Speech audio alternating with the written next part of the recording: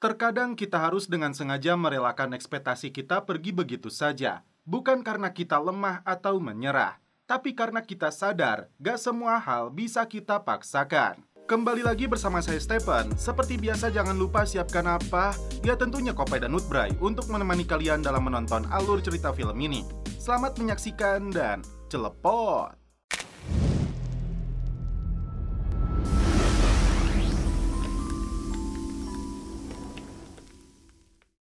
Bukan gangster sembarang gangster. Kali ini kita hadirkan 3 film dengan tema geng motor yang diperankan oleh beberapa aktor kenamaan seperti Tom Hardy, Austin Butler, Tim Allen, John Travolta, hingga Dennis Hopper dan Larry Bishop. Tidak usah berlama-lama lagi, langsung saja kita masuk ke film pertamanya yang berjudul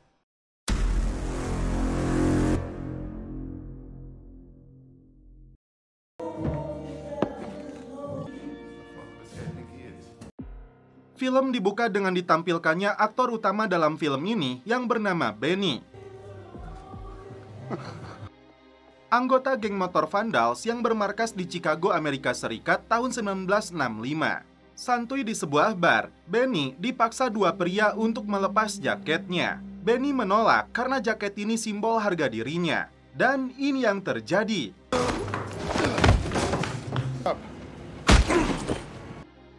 Selanjutnya, kita diperkenalkan dengan seorang wanita bernama Kathy. Diajak pertama kalinya datang ke bar, Kathy terkejut karena bar ini adalah markas anggota geng motor Vandals. Kathy merasa risih karena gadis desa ini tidak biasa bergaul dengan para pria baragajul. Duduk dengan temannya, Kathy berkenalan dengan salah satu anggota geng yang bernama Cockroach. Merasa tidak nyaman berada di sini, awalnya Kathy ingin pergi. Tapi niatnya dia batalkan setelah melihat Benny. Kathy duduk kembali karena Benny yang disebutnya tampan itu berbeda dengan pria lainnya. Mereka berkenalan dan disinilah keduanya mulai menyukai satu sama lain.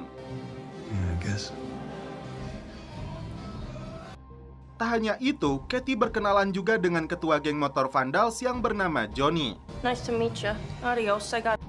Keluar dari bar, Kathy pulang diantar oleh Benny sekaligus mendapat teriakan dari anggota lainnya.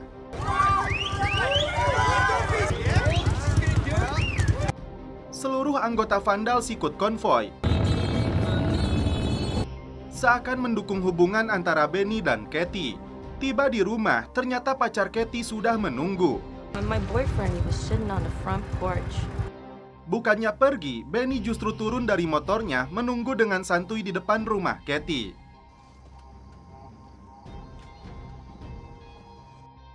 Kathy pun tidak percaya karena hingga pagi hari Benny tidak beranjak pergi. Jumlah puntung Nutbray pun tidak terhitung lagi. Pacar si Kathy kembali datang. Sampai terjadi perselisihan di antara mereka hingga keduanya putus. Bisa dibilang, gaya Benny ini cukup berkelas. Dia hanya duduk di depan rumah si cewek yang ditaksirnya, membuat mereka putus dan Benny berhasil mendapatkan si Kathy. 2 minggu kemudian, mereka putuskan untuk menikah. Saking kegirangan, Benny memacu motornya sampai dikejar patroli polisi.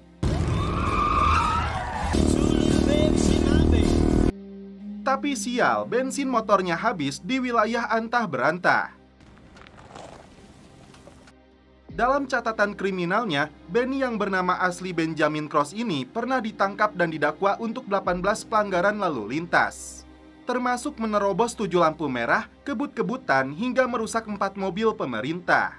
Dalam sejarahnya, geng motor Vandals ini dulunya sebuah klub balap. Johnny dan temannya yang bernama Jimmy dikenal sangat jago dalam balapan. Kala itu, Johnny mengutarakan niatnya membentuk klub motor kepada Jimmy. Anggota lama mereka terdiri dari Wahoo dan Corky. Lalu ada Brucey yang pernah menjadi tangan kanannya Johnny. Kemudian Chow dan Zipko yang diperankan aktor Michael Shannon. Karena anggota geng motor makin lama makin bertambah, suatu hari salah satu anggota yang dijuluki Big Jack mengaku punya teman di Milwaukee yang ingin membuka cabang Vandals di sana. Johnny tidak setuju karena menurutnya Vandals hanya ada di Chicago. I say no. Big Jack bersikeras sampai menantang Johnny. Karena sesuai aturan yang dibuat oleh Johnny sendiri, anggota bisa mengajak duel jika tidak setuju dengan keputusan pimpinan. Dan baku hantam pun dimulai saat acara piknik berlangsung. Karena gayanya yang brutal, Johnny memenangkan pertarungan. Tapi Johnny pun tetap mengizinkan teman Big Jack membuka cabang Vandals di Milwaukee. Kenapa harus bertarung? Johnny beralasan karena dia mau ide itu berasal dari dirinya. Dan karena keputusan itu pula, geng motor Vandals berkembang dengan pesat. Suatu hari, seorang pemuda yang dijuluki The Kid dan teman-temannya melihat konvoi Johnny dan seluruh anggota Vandals yang melintas. Dia pecahkan lampu mobil pengendara karena mengklakson dirinya. Vandals benar-benar menjadi pusat perhatian di kota ini.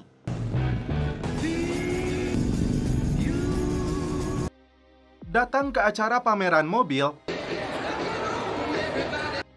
Johnny terlibat perseteruan dengan geng motor Rogius. The fuck you didn't. You wanna get Tak tinggal diam, ini yang dilakukan Benny. juga. Setelah memecahkan kaca mobil, emosi Benny makin tidak terkendali. Johnny pun segera menghentikannya, karena setelah keributan tersebut, kedua geng motor minum bersama. Ternyata sejak dulu, Benny suka berkelahi. Keberaniannya itu jauh melampaui anggota lainnya yang kebanyakan penakut. Meski Benny tidak ada di rumah Katie menjadi tempat nongkrongnya anggota Vandals. Seperti diperlihatkan di scene awal, kakinya Benny hampir saja putus. Mendapat perawatan di rumah sakit, sebagai istri, Katie dengan setia merawatnya. Benny menangis tidak mau diamputasi karena itu artinya dia tidak bisa berkendara motor lagi. Berita serangan terhadap Benny sampai ke telinga Johnny. Hari itu juga, Johnny dan seluruh anggota Vandals mengepung bar tempat Benny diserang. Ketegangan pun dimulai. Pemilik bar menyebut mereka yang memukuli Benny. Johnny meminta nama dan alamat mereka. Inilah akibatnya jika berani menyenggol anggota Vandals.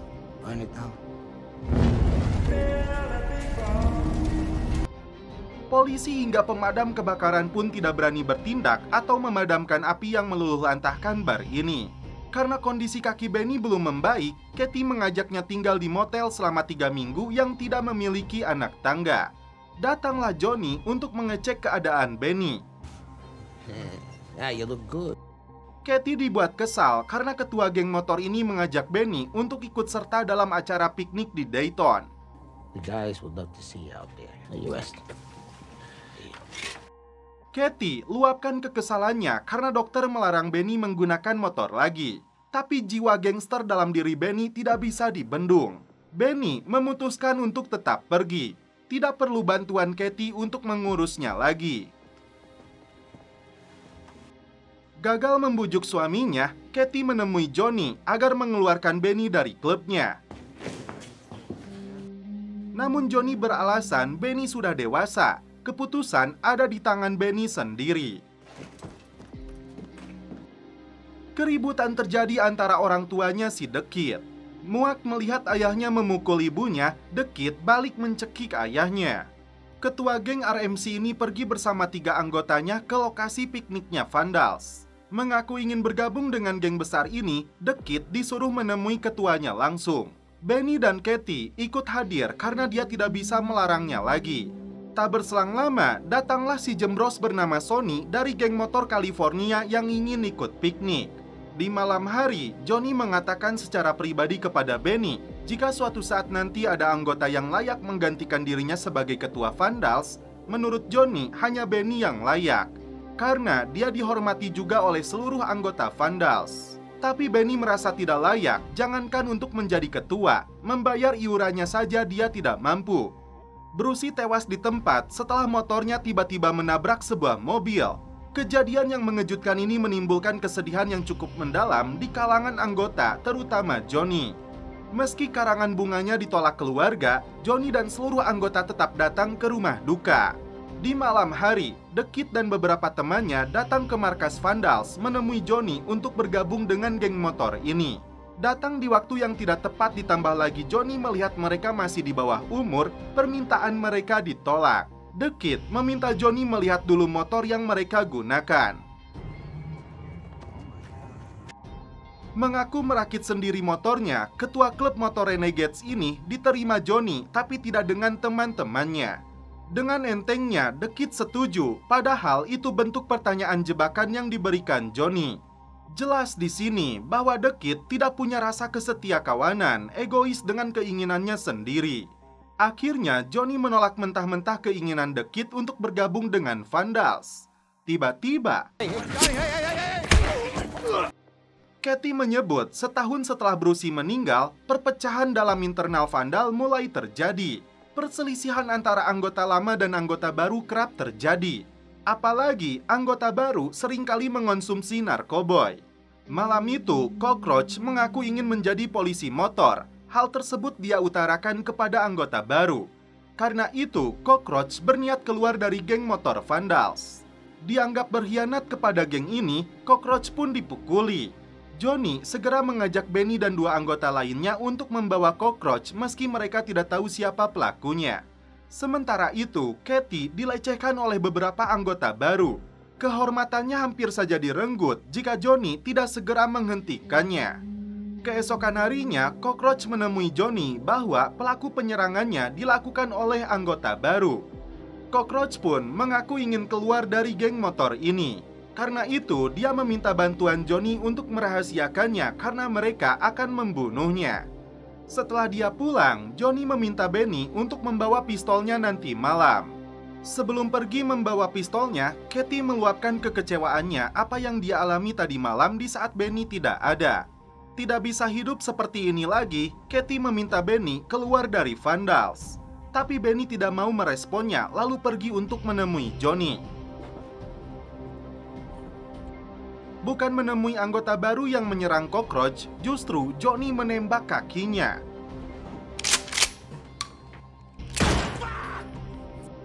Johnny beralasan dengan kakinya yang terluka itu, mereka tidak akan berani membunuhnya. Karena kini Cockroach tidak bisa lagi mengendarai motor. Johnny mengaku tidak bisa mengendalikan lagi anggota baru, dan karena itu dia membutuhkan Benny. Karena kejadian yang menimpa Katie, Benny mengaku kecewa kepada Johnny. Dia pun pergi tanpa mengucapkan kata perpisahan. Suatu hari, The Kid kembali datang menggunakan rompi Vandals dari cabang Milwaukee. Milwaukee. Karena teman-temannya sepakat Johnny tidak bisa memimpin lagi geng motor ini, The Kid memberikan tantangan kepada Johnny untuk bertarung dengannya menggunakan pisau. Johnny menerima tantangan The Kid besok malam di tepi danau. Sebelum pergi, Johnny pamit kepada istrinya. Johnny datang ke rumah Katie terlebih dulu menanyakan Benny. Yang Katie ketahui, Benny pergi ke Indiana bersama teman-temannya. Faktanya, Katie sendiri sudah lama tidak bertemu Benny. Rupanya, Benny memilih jalan tengah, tidak bergabung lagi dengan Vandals, namun juga meninggalkan istrinya. Singkat cerita, Johnny sudah berada di area pertarungan dengan pisaunya. Tadi duga, ini yang terjadi. Bocah licik ini menggunakan pistol. Alhasil, ketua geng Vandals ini langsung meregang nyawa. Setelah kejadian itu, The Kid yang memimpin Vandals merubah geng motor yang santuy menjadi gangster yang sebenarnya. Cabangnya ada di mana-mana sampai ke Midwest. Mereka menjalankan bisnis peredaran narkoboy, perjudian, hingga prostitusi dan kejahatan lainnya. Bahkan tidak segan-segan mereka juga membunuh orang. Hanya Wahoo dan Corsi yang masih bertahan, sedangkan Chal meninggal akibat terjatuh dari pohon toge. Yang menariknya, Cockroach benar-benar menjadi polisi motor, sedangkan Zipko pindah ke Texas menjadi nelayan kapal udang. Lalu bagaimana respon Benny setelah mendengar Johnny dibunuh seorang bocah? Benny kembali menemui Katie, meluapkan kesedihannya.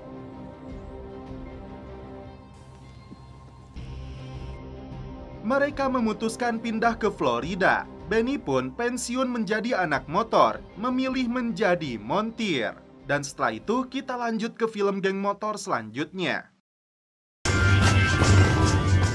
Film dibuka dengan ditampilkannya 4 anggota klub motor kocak bernama Wild Hogs. Konon dari film inilah klub motor The Prediksi lahir. Yang pertama ada Dogs Taulani, seorang pria sepuh yang memiliki 1 istri dan anak dengan profesinya sebagai dokter gigi. Yang kedua adalah Bobby Sudiro, kepala rumah tangga namun juga pengangguran, memiliki 2 anak lalu dipaksa istrinya untuk bekerja menjadi cleaning service. Your job is the bad one. Anggota selanjutnya bernama Dudley Solihun, bujangan lapuk yang memiliki hasrat besar kepada cewek namun tidak sanggup mengutarakannya. Yang terakhir adalah Woody Martin, seorang duda sekaligus pengusaha yang sudah bangkrut karena menikahi seorang supermodel. Setiap akhir pekan, 4 bikers yang tidak sadar usia ini selalu berkumpul menggunakan motor kesayangannya meski tidak lepas dari aksi konyol, seperti yang terjadi kepada Dudley. Mereka rutin berkumpul di sebuah bar khusus para bikers hanya untuk minum dan curhat satu sama lainnya. Wild hogs aren't welcome here. Yeah, well, I'll give you a call. I'll see you hogs in hell. Woody punya ide untuk touring selama seminggu penuh kemanapun mereka mau. Karena bujangan lapuk, Dudley setuju, namun Dogs masih ragu karena profesinya sebagai dokter gigi sekaligus punya anak dan istri. Begitupun dengan Bobby yang sangat takut kepada istrinya. Woody yang sangat bersemangat akan tetap pergi meski teman-temannya tidak mau ikut. Go, I said I'd go. Tom Peterson. Karena ajakan temannya itu, Dogs mengutarakan kepada anak dan istrinya. It's just as well. What kind of crack is that? What's wrong with my age? Calm down. Dia memakan segala macam makanan yang justru menaikkan darah tinggi sampai harus dirawat di rumah sakit. Well, Mr. Madsen. Karena dokter menilai penyakit Dogs dikarenakan stres, akhirnya istri Dogs memberi lampu hijau ikut dalam touring yang direncanakan Woody. You should go on that trip. It's exactly what you need. Singkat cerita, keempat bikers paruh baya ini berkumpul untuk mulai menjalani touring seminggu penuh seperti yang mereka rencanakan. Tingkah kocak mereka tidak pakai otak, melempar ponselnya masing-masing dengan alasan perjalanan ini harus natural tanpa GPS dan gangguan dari siapapun. Giliran Dudley yang melempar ponselnya, namun malah ini yang terjadi.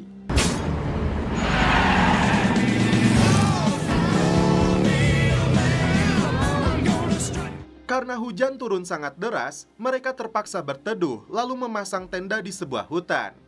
Dudley melakukan dolsek atau modal di keresek yang membuat suasana camping yang syahdu menjadi tercemar. Bears don't eat shit. I really had such great plans. Mereka curhat satu sama lain dengan kehidupan pribadinya masing-masing yang terasa berat. No, I'm really afraid of women.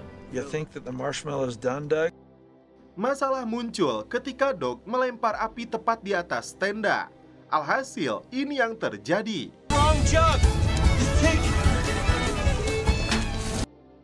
Di pagi harinya, mereka dibangunkan polisi bertubuh kekar namun berjiwa Markona. This is not what it looks like. Hey, look, oh. You don't realize how lucky you are to have each other. Polisi itu pun pergi setelah puas melihat selempaknya Doug. Anybody else gotta take a leak? No. Tiba-tiba melintas puluhan anggota geng motor yang sesungguhnya, tapi respon mereka sama sekali tidak peduli. I can smell them from here. Mereka kembali melanjutkan perjalanan. Dan kali ini mendapat serangan serangga. Hingga akhirnya tibalah di sebuah air terjun. Karena cuaca yang panas, mereka memutuskan untuk berenang. Dudley kembali membuat masalah karena tidak menggunakan selempak. Dia beralasan benar-benar ingin merasakan kebebasan. Alhasil, anggota lain pun mengikutinya. Di luar dugaan, ada satu keluarga yang akan berenang juga di lokasi ini. Si ayah yang menyelam menemukan belut milik Woody. Saat itu juga, keluarga ini kembali pergi. Kids, listen to your dad. The Bikers pun kembali merasa aman. Namun ternyata si polisi gemulai ini kembali muncul tanpa selempak. That's what I'm talking about. Hello. What? Giliran anggota Wild Hogs yang kabur dari sana sebelum menjadi korban diterkam ikan gabusnya. Touring berlanjut sampai mereka tiba di New Mexico. Keempatnya memutuskan untuk istirahat di sebuah bar yang dipenuhi anggota geng motor Del Fugos. My legs are asleep. Ooh, nice tent. Ketuanya yang bernama Jack menuduh mereka ingin mencari masalah dengan gengnya. No. Make yourself some nice. Dog Bobby dan Woody dibuat ketakutan. Hey, I'm talking to you! You looking for trouble? Doug makes kids cry. I think we better get out of here. Dudley yang tidak paham dengan ancaman mereka, setuju untuk menukar motor Harley-nya dengan motor klasik milik Jack yang memiliki nilai jual 2 kali lipat lebih mahal. Salah melihat motor, Dudley terjebak dengan motor rongsokan. Who think they're fighting? Hey, we have a right to be fighting. You don't have any right, Bobby. Guaranteed you're henpecked. What color am I thinking of? Shut up! Jack mengusir mereka semua untuk kembali ke rumahnya masing-masing, tapi motor milik Dudley sudah menjadi miliknya. Di tengah perjalanan, Woody menghentikan motornya. Dia tidak terima motor Dudley diembat begitu saja. Mau menelepon polisi pun tidak bisa karena ponsel mereka sudah dibuang. I say we go back and we get his bike. This trip was supposed to be about adventure. Meski teman-temannya tidak ada yang berani, Woody pergi seorang diri berbuat nekat untuk merebut kembali motor milik Dudley. Diam-diam, Woody melepas selang bensin motor milik anggota geng motor Del Fugos.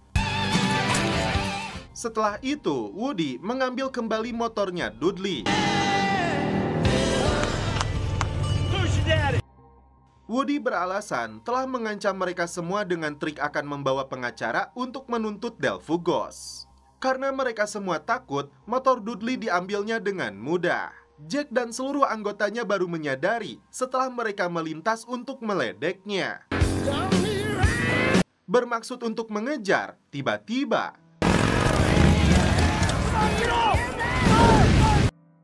apinya merembet, mengakibatkan bar yang menjadi markas kebesaran mereka ludes dilalap si jago merah. Woody dibuat ketakutan, karena itu dia mengajak rekan-rekannya untuk mengisi bensin di tempat lain. Ternyata pom terdekat berjarak 200 mil. Alhasil, mereka terpaksa mendorong motornya sampai tidak sanggup lagi. They say you could get... I think when it's plural, it's the sun. It's making us all crazy. Tiba-tiba, mereka melihat plang petunjuk jarak desa terdekat yang tidak terlalu jauh. We gonna live. There's a diner up here. Mereka langsung berebut air minum setelah masuk ke dalam bar. Seorang pelayan cantik bernama Maggie menarik perhatian Dudley.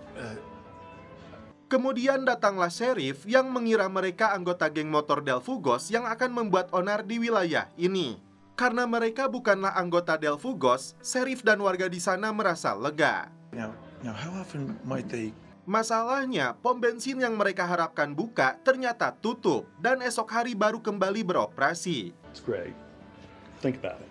Teman-temannya tidak tahu bahwa Woody sudah menyabotase motornya geng Del Fugos yang berakibat hancurnya markas mereka. Kembali ke Jack yang membagi tugas kepada anak buahnya untuk memburu 4 bikers rempong itu. I want you to break up into 2-man team.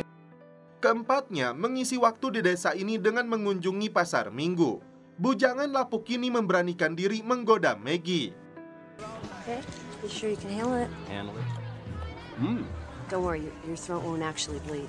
3 sheriff mengajak mereka untuk merasakan sesuatu yang berbeda. Dan rupanya mereka ditantang untuk menampar banteng. It sounds like something I could win at. Yeah. Right on the ass. Oh, come on, Doug. It's your idea. Giliran Woody yang pertama melakukannya. Tiba di giliran Dog yang masuk ke dalam kandang. Dan ternyata... Old days, Doug, old days. Kerjasama mereka berhasil. Tapi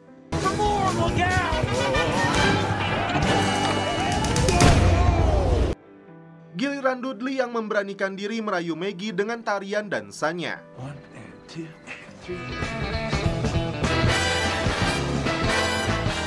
3. Di luar dugaan, 2 anggota Del Fugos tiba di desa Madrid. Saat itu juga Jack diberitahu lokasi target buruan mereka. Karena Jack ingin membuat perhitungan langsung dengan tangannya, anak buahnya dilarang menyentuh mereka.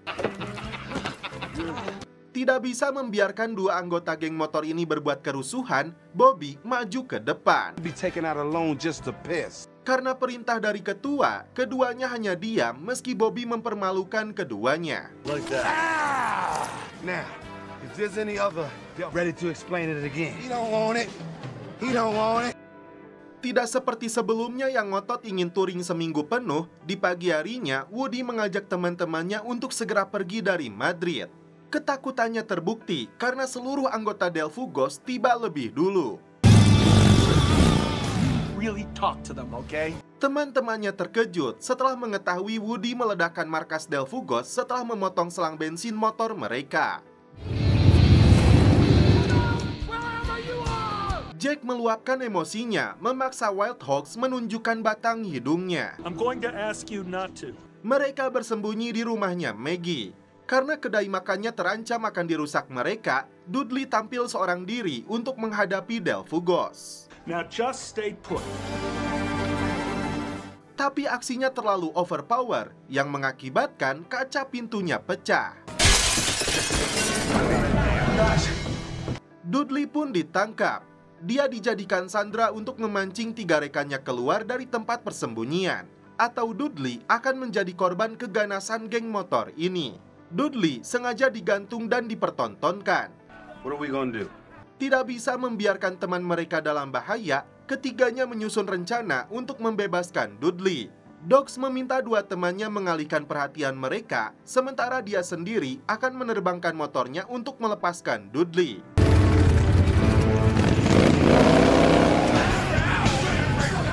Tapi ekspektasi mereka tidak sesuai dengan kenyataan. Yang ada malah ini yang terjadi. Pull this little circus act out here. Let me deal with it. Let these guys go. Tidak sadar dengan usia dan penyakit rematiknya, mereka menantang Jack dan anak buahnya untuk bertarung 1 lawan 1. Baku hantam pun dimulai.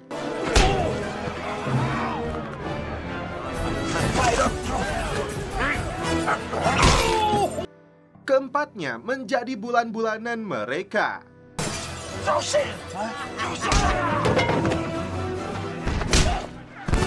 Karena pertarungan yang tidak seimbang, seluruh warga bahu-membahu mengepung geng motor ini. I don't think so. Sampai datanglah seorang legenda bikers bernama Blade. Bar burned down.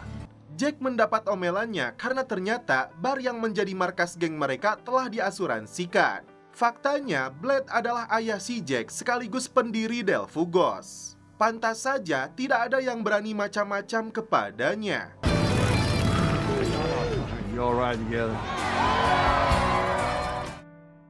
Touring pun kembali dilanjutkan. Dan setelah itu, kita langsung saja ke film yang ketiga. Inilah judulnya. Guy's name who's Robert Wolf.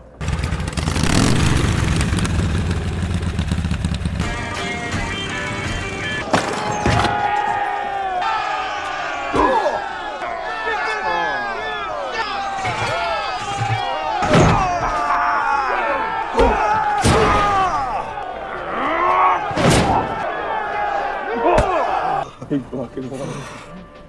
You're on my brain.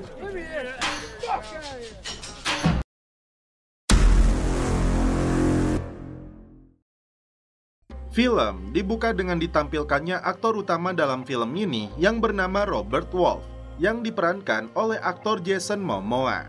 Mantan anggota geng motor ini kini bekerja serabutan di sebuah ladang untuk memperbaiki pagar.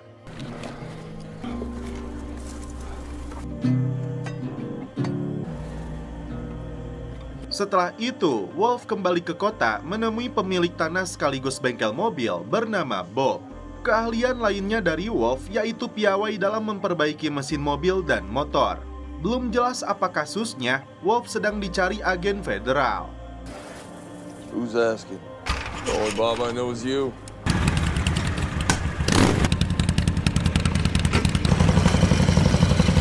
Inilah alasan Wolf memilih untuk hidup nomaden, berpindah dari satu lokasi ke lokasi lainnya.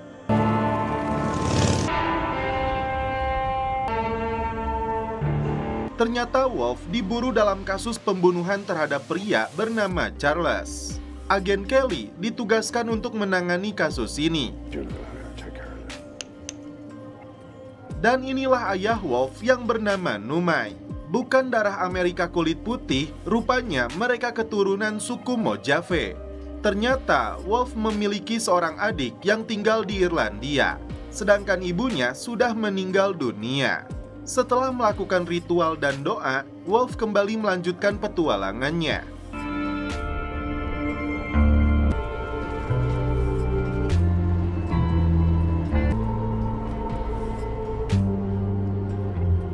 Dua agen FBI ini datang ke lokasi tempat Wolf membunuh targetnya dengan cara yang brutal.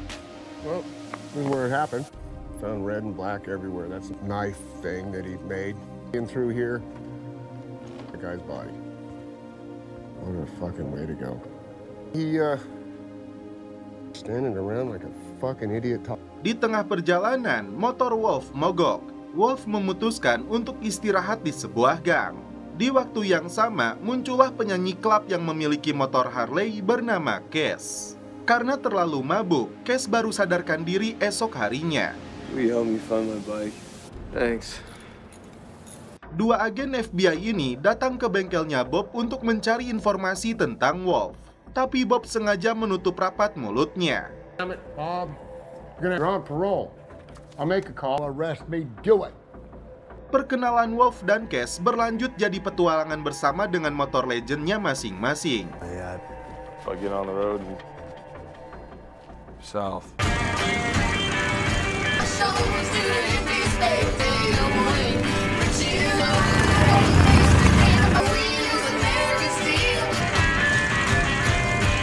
Disinilah Wolf kembali bertemu dengan keluarga besarnya dari suku Mojave. Singkat cerita, keduanya istirahat di sebuah kafe.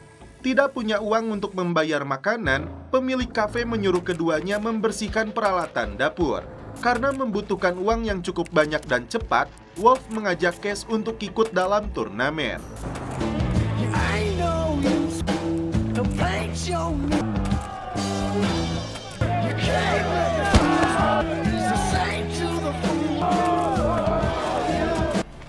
The big fucking balls.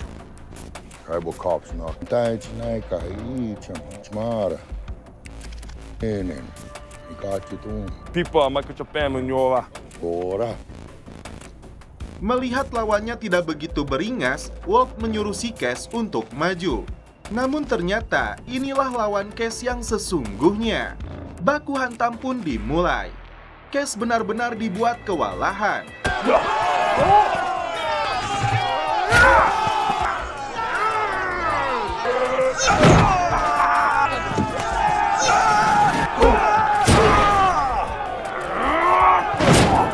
Tapi akhirnya Cass yang berhasil memenangkan pertarungan. Keduanya pulang membawa uang hasil judi pertandingan. Kembali melanjutkan perjalanan, Wolf dan Cass istirahat sejenak di sebuah kafe. Sementara itu, agen William dan rekannya bertemu dengan ayahnya Wolf yang ternyata seorang polisi. Meski yang mereka buru putranya sendiri, Numai tidak mau sedikit pun memberikan informasi kepada mereka. Terungkap di sini, istri Numai sekaligus ibunya Wolf pernah diperkaos dan disiksa di rumahnya. Di samping itu, seorang cewek bernama Magdalena mengaku karburator mobilnya terbakar. Wolf berbaik hati menawarkannya bantuan. Mobilnya lebih dulu didorong ke tempat yang lebih aman. Setelah itu, Wolf mengantar Magdalena ke rumahnya. Berada di dalam kabin yang dikelilingi pohon jeruk Garut, mereka pun langsung celepot. Cass sendiri diusir dari klub malam karena tidak punya lagi uang untuk membayar PSK. Malam itu juga, Wolf memperbaiki mobilnya Magdalena. Magdalena menyusul dengan sepedanya. Akhirnya mobil kesayangannya itu kembali menyala. Seperti hatinya yang menyala karena bertemu dengan pria setampan Wolf. Kembali ke kedua agen federal yang mendatangi markasnya mafia yang menggelar pertarungan bebas. Dia mengaku Wolf datang ke sini, namun dia kembali pergi tidak tahu kemana tujuannya. Sedangkan Todd menduga Wolf pergi ke Irlandia untuk menemui Timmy yang menikahi adiknya Wolf. Todd mendapatkan informasi ini dari berkas yang dia lihat. Meski jaraknya mencapai 500 mil, William tidak peduli, minta diantar ke sana. Petualangan berlanjut sampai di sebuah wilayah pegunungan tandus. Tiba-tiba, seorang bocil mencegat mereka karena kakaknya sedang diperkaos. Tak tinggal diam, Wolf segera mencari pelaku.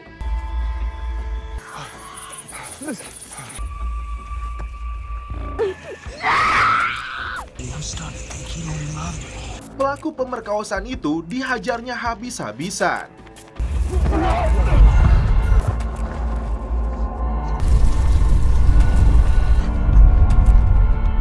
Setelah itu, korban dan adiknya dibawa ke pos polisi terdekat. Sialnya, petugas melarang Wolf dan Cash pergi karena dituduh sebagai pelaku. Polisi rupanya mengetahui bahwa Wolf anaknya Numai. Kesempatan ini dimanfaatkan mereka untuk kabur. Oh, quick. They're coming. Get out of here. Disinilah Wolf membeberkan semuanya kepada Cash bahwa ibunya diperkaos. Tak hanya itu, wajahnya hancur karena perbuatan pelaku.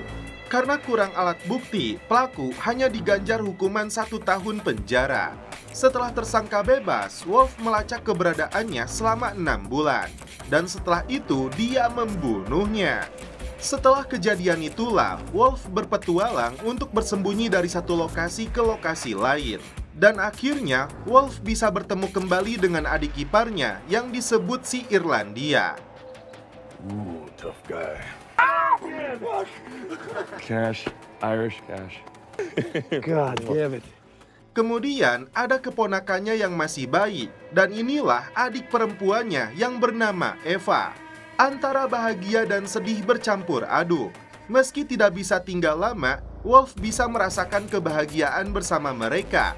Meski masih diliputi kesedihan atas kematian ibunya. Ternyata setelah Wolf diantar ke danau untuk menebar abu jasad ibunya, agen William datang ke rumah mereka. Tapi mereka mengaku sudah bertahun-tahun lamanya tidak bertemu dengan Wolf. Dianggap berbohong, Murphy diborgol mereka. Karena mengancam akan menyakiti istri dan anaknya, terpaksa Murphy memberitahu bahwa Wolf ada di danau. Put my son down, you then let's talk.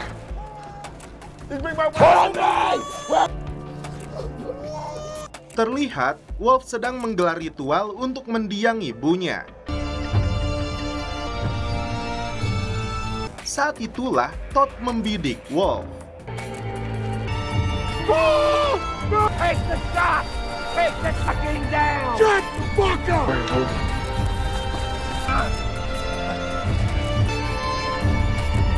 Sudah lelah terus berlari, Wolf memutuskan untuk bunuh diri. Help! No. Somebody fucking help! Happy?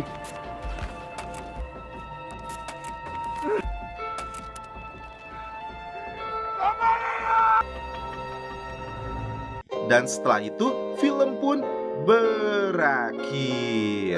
Oke guys, terima kasih yang sudah menonton sampai film terakhir ini. Salam percelepotan duniawi, keep enjoy.